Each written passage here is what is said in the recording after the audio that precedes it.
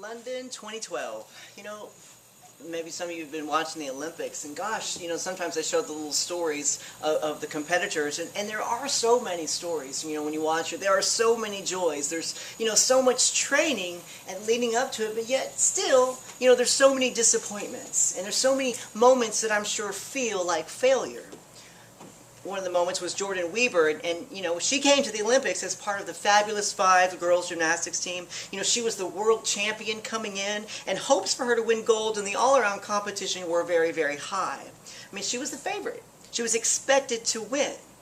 But a few slip-ups and a step out of bounds, and she didn't qualify. And there she was, weeping while the whole world watched. There are over 12,000 athletes competing in London this year, and I wonder how it is for them whenever they go home. With only 3 medals per event, I would imagine that heartache is high, that sorrow soars, especially when dreams are not yet fulfilled. And it's such an exciting lead up to it that sometimes I imagine that afterwards they say, well, now what? How do I top that? I guess the glory days are done. Now we don't have to be Olympians, to understand these feelings. Disappointment and letdown have more to do with the heart than they have to do with the pommel horse. To feel like, there's nothing left to, or to look in the rearview mirror and think that it's all over with is something that we've known all too well before in our lives. I know that when I moved to the Valley, like many do, I felt like life was over when I got here. I looked around and thought, boy, but I left behind, a great management career, and the exciting, fun party days with the man I loved were over and done with. Everything that I held as victories and triumphs, the landmarks of my life, were taken from me. And I was left with the Valley. And I felt broken. I felt done with. I felt no longer worthwhile. But God said, I am not through with you. Just wait. And I know my mom must have felt that way after she had her stroke. I know that she must feel that way again. But God wasn't and isn't through with her. I just know it. Whenever I began to take care of her a year ago, y'all have been with me through this entire process. The day that she had the stroke, I was standing right here, and one of the neighbors came in the back door. That's how far we go back with Mom. It's so embedded here. But whenever I begin to take, care of her a year and a half ago, truth be told, I felt that way too. I guess the good days are gone. But it turns out with God's help that the work I do living with her and taking care of her is somehow greater than any job or any love or any party I ever had. And I don't mean this in the philosophical, feel-better kind of way. I mean it, in a genuine, day-to-day, hands-on kind of way. That's the absolute truth. She's my gold medal. And I know this, because God has transformed me in this process. And I'm a better man than I was. And taking care of her has become not a chore, but something that I genuinely adore to do. When chapstick brings a little smile, how can I not feel like that? Her smile is a golden paycheck that I will never, ever cash. You see, God was not through with me. And I love that when I look back, I think, that love that I lost, God gave me one that's even greater than I had, greater than I could even imagine. It's my Roger. And being able to be here with you now is the most meaningful and rewarding job that I have ever had. God is so amazing. But still, what will happen when I lose Mom? No doubt those feelings will come again. And once again, I'll be saying, well, what now? What now? As you think about your life, do you have those moments when you feel like maybe the best times are behind you? Do you feel like you've lost something that gave your life meaning? And it may be just one area in your life, but still, those feelings are there. Perhaps you feel like you'll never love again the way that you did. You lived for that love, and now that it's gone, where does that leave you? Perhaps a job has come to an end. Maybe you quit, maybe you're forced out, maybe it's just a project that's ending, or maybe it's schooling that's come to a crossroads and you feel like it can't be that good again. What now? Maybe it's an illness that has changed not only how you see the world, but how that you live in it and how you interact with it. What now? Maybe the people you had in your life are no longer with you anymore, and that strikes right to your heart. Leaving you echoing, leaving you empty. What is my purpose without them? What now? See, whenever we feel like things are over and done with, it can take us to some dark places. Boy, do we know it. It conjures up feelings of sorrow, of failure, of disappointment, great sadness and longing, and yes, lifelessness.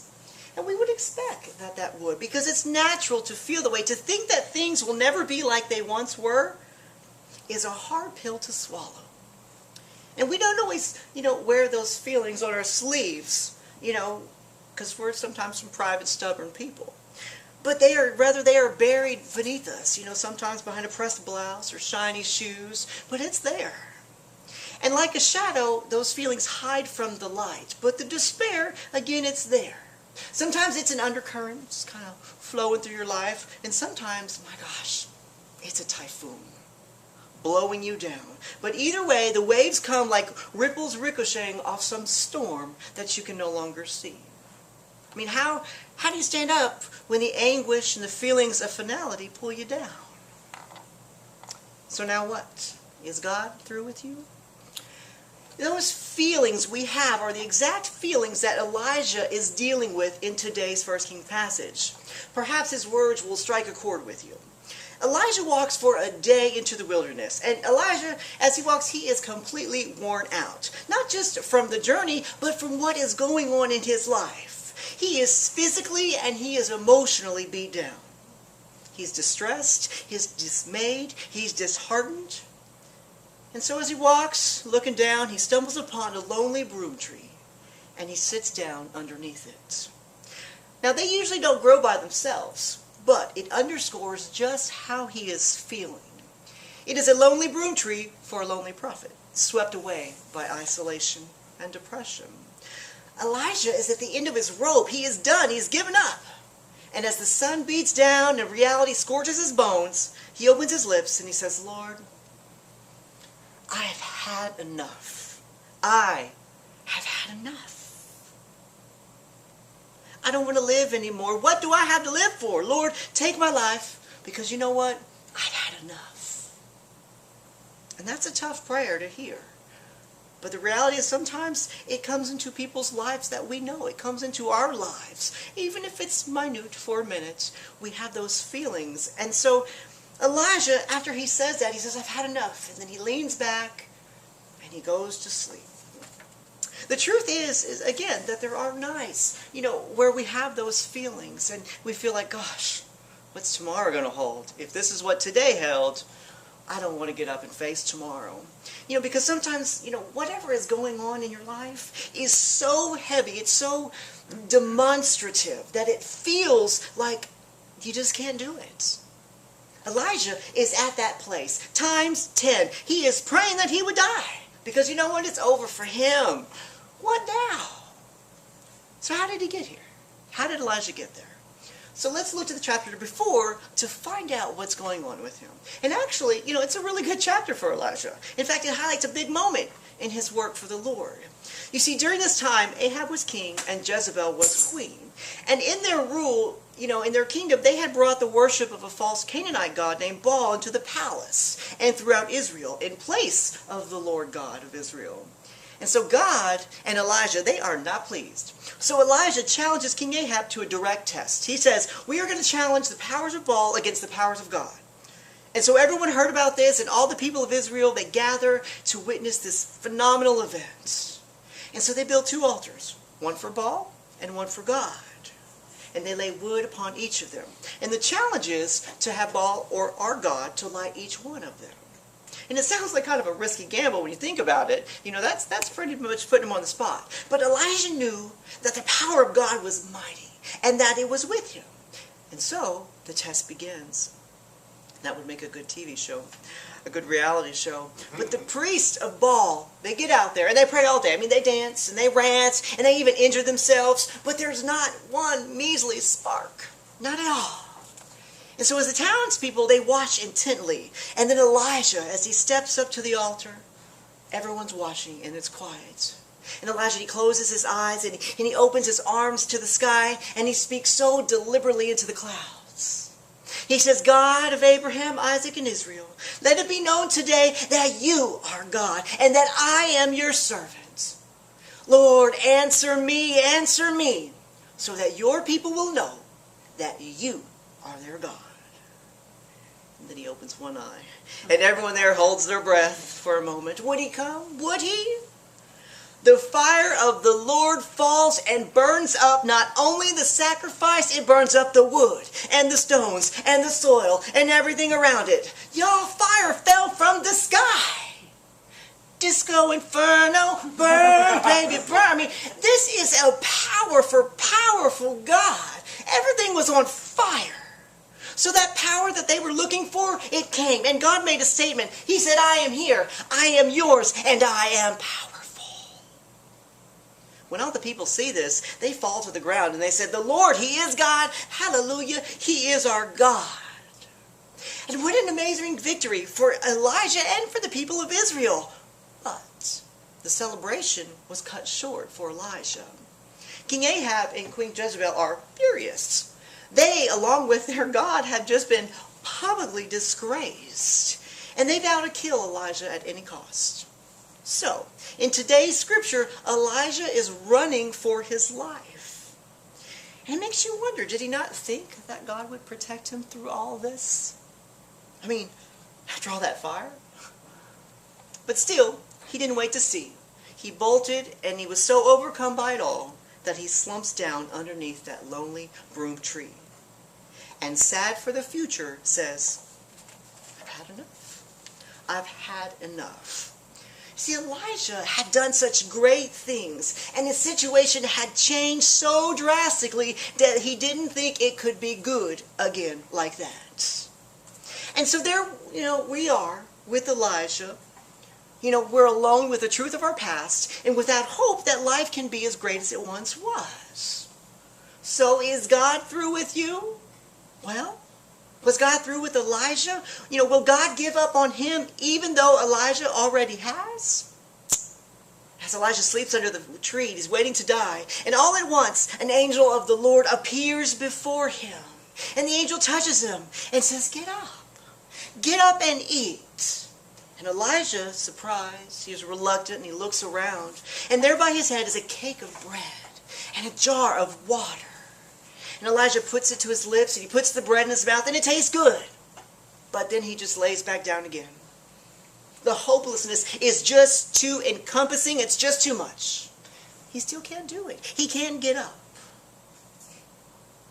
Have you ever been so sad that you just couldn't get out of bed? Didn't see the point? That's how Elijah is feeling. But God is a persistent God. He never gives up on us, even when we do. Because He sees a future for you that you cannot begin to see for yourself. Which is why the angel of the Lord comes back a second time. And he touches Elijah and says, get up and eat, I say. This journey is too much for you. You need this food. And the beautiful thing is this story is that even though Elijah asked to die, the angel instead brought life twice. God knows when the journey behind us or ahead of us is too much. He knows when you need help and when you need His strength to carry on. He knows when you need nourishment, not only for your body, but for your souls as well. I mean, you can rest assured that God will find you under your tree. And that He will seek you out in your dark times, that He will send an angel of the Lord to touch you when you least expect it. It may be a friend, it may be an unexpected meal, or disguised in some other form of grace alive. And you may not want to hear it when they show up knocking on your door, because you're in the bed with the covers over your face. But you have to let God's angels work. Because God is a God of hope. He is a God of solution. He is a God of supplication. And He will supply you with what you need to pick yourself up so that you can carry on your journey. And the key word that the angel speaks today in our passage, as I read it, is journey. And the fact that he says it means that the road is not yet finished. Not for Elijah and not for you, don't you believe it, for 1 second. Journey means that there's more life to be had, more steps to be taken, more faces for you to love. Blessings from God to be had, and yes, there's still more work to be done. Lo and behold, God was not through with Elijah. There was still life ahead for him. He would be strengthened to travel 40 days and 40 nights to the very same mountain that Moses received the commandments at. When Elijah got there, he would witness the most awesome and rare and extraordinary event. God revealed himself majestically to him on the mountain. Had Elijah stayed under the broom tree, he would have missed that glory. What will you miss if you don't get up? And God still had important work for Elijah to do. God calls him to anoint Hazael, king over Aram, also to anoint Jehu, the son of Nimshi, king over Israel, and to anoint and teach Elisha to succeed him as prophet. That's a lot of great important stuff that allows us to sit here today, had he not done those things. That is important work for him. So just like Elijah, God still has life for you, a plan for you. And don't get excited because you can't see it or you don't believe in it. It's there. And it is filled with even greater things than you think. You will love again. It's the greatest commandment. So as long as you are breathing and seeking him, you will love again. But you're never going to know unless you dust yourself off. God is not through with you. He is not through with the people in your life or your life. Love and joy await you. And you must believe it, because there are people in your future that need you to be strong today. In fact, there are people in your life right now who need you now. Choose to eat, not defeat. You must wake up from your slumber, even if it's something that is happening on the inside of you, for the bread of life awaits your lips. The living water is dancing in a jar just outside your house, and they are awaiting to have power in your life. But they only can if you choose to wake up and eat it. Do not refuse the gifts of the Lord. The picture that I've chosen today is one that illustrates this point exactly. You may not recognize her, because you can't see her face. But that is no other than our Gabby Douglas, the first African-American woman to win the all-around gold medal this year in London. You see, even the greatest people fall down, make mistakes, lose their way, are uncertain about the future. But it's the choice to get back up again that gives them the very opportunity for this greatness. And so it is for you.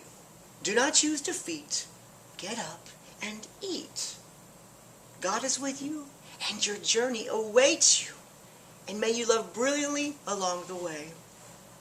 I'm going to leave you with the words of Isaiah.